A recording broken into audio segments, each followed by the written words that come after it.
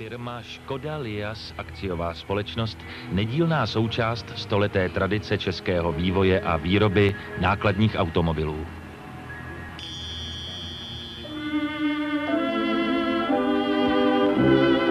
Výroba nákladních vozů započala na přelomu století a v této době byla v severních Čechách založena továrna na výrobu nákladních vozů značky RAF.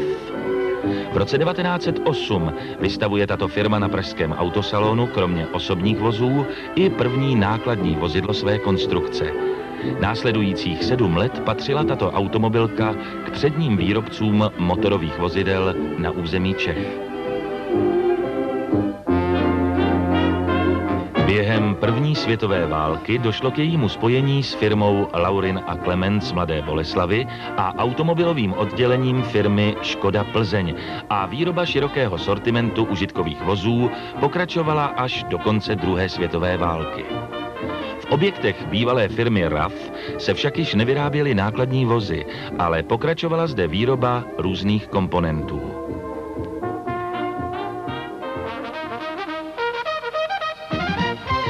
Na začátku 50. let byla výroba nákladních automobilů přenesena z Plzně zpět na území severních Čech založením národního podniku Liberecké automobilové závody.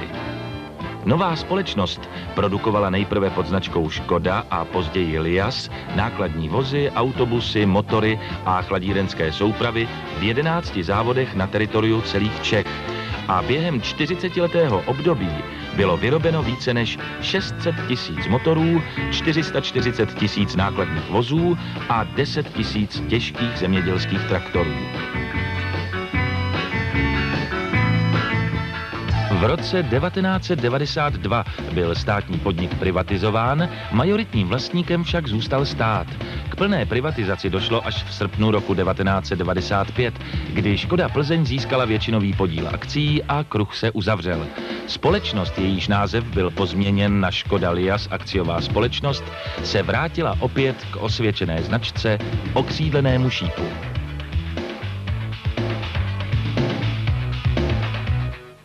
Škoda Lias, akciová společnost, má v současnosti přibližně 3000 zaměstnanců a produkuje ve 4 závodech vznětové motory, nákladní vozy, návěsy, přívěsy a nápravy.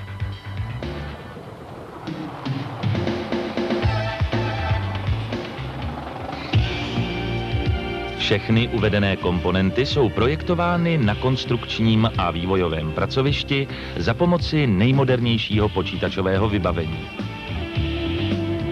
V oblasti motorů jsou produkovány vznětové, přeplňované řadové šestiválce, vybavené mezichladičem plnícího vzduchu, chlazené kapalinou o objemu 12 litrů a výkonu v rozmezí 155 až 300 kW.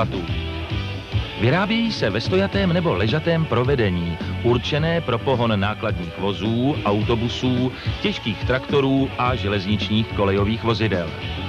Významnou částí výroby společnosti jsou také stacionární aplikace, zejména generátory, vodní pumpy a kogenerační jednotky.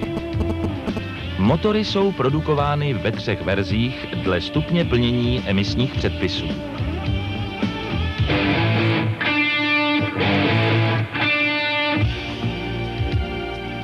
Zvláštní kapitolou ve výrobním programu motorů Lias je ležatý motor M12C ML636NG o výkonu 175 kW, poháněný stlačeným zemním plynem.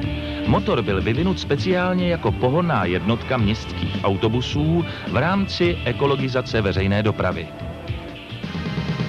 Ve výrobním programu nákladních vozů stojí vedle sebe 4 typové řady vozů, odlišujících se celkovou hmotností.